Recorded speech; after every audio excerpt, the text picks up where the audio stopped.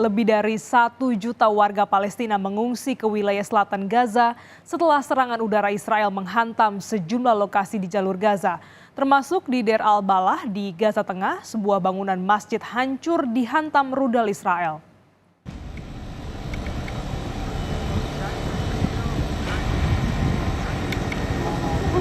Sejumlah ledakan dan gumpalan asap membumbung tinggi dari atas gedung-gedung di Gaza Utara saat serangan udara Israel menyasar jalur Gaza Kamis waktu setempat. Kementerian Kesehatan Gaza bilang lebih dari 3.400 orang tewas di Gaza sejak 7 Oktober dan lebih dari 12.000 orang terluka.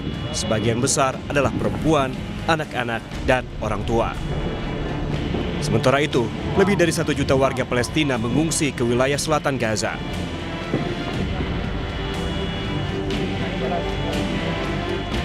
Serangan Israel yang paling mematikan terjadi di Rumah Sakit Al-Ahli yang menewaskan lebih dari 500 orang, termasuk pengungsi, pasien, dokter, dan perawat. Serangan Israel ini dikecam sejumlah negara, termasuk Indonesia. Presiden Joko Widodo buka suara bahwa Indonesia tidak akan tinggal diam melihat penderitaan dan ketidakadilan terhadap rakyat Palestina.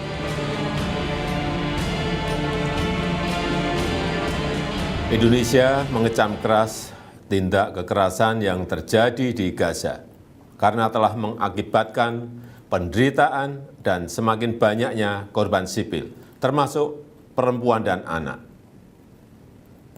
Indonesia juga mengutuk serangan Israel terhadap Rumah Sakit Al-Ahli. Ini jelas pelanggaran terhadap hukum humaniter internasional.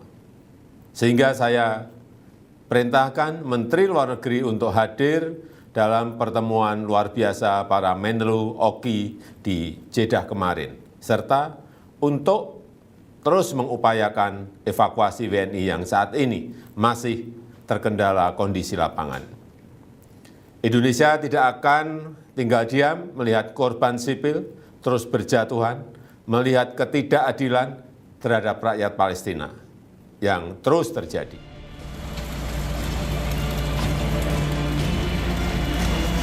Serangan udara Israel juga membombardir Gaza Tengah, termasuk di kota Deir al-Balah.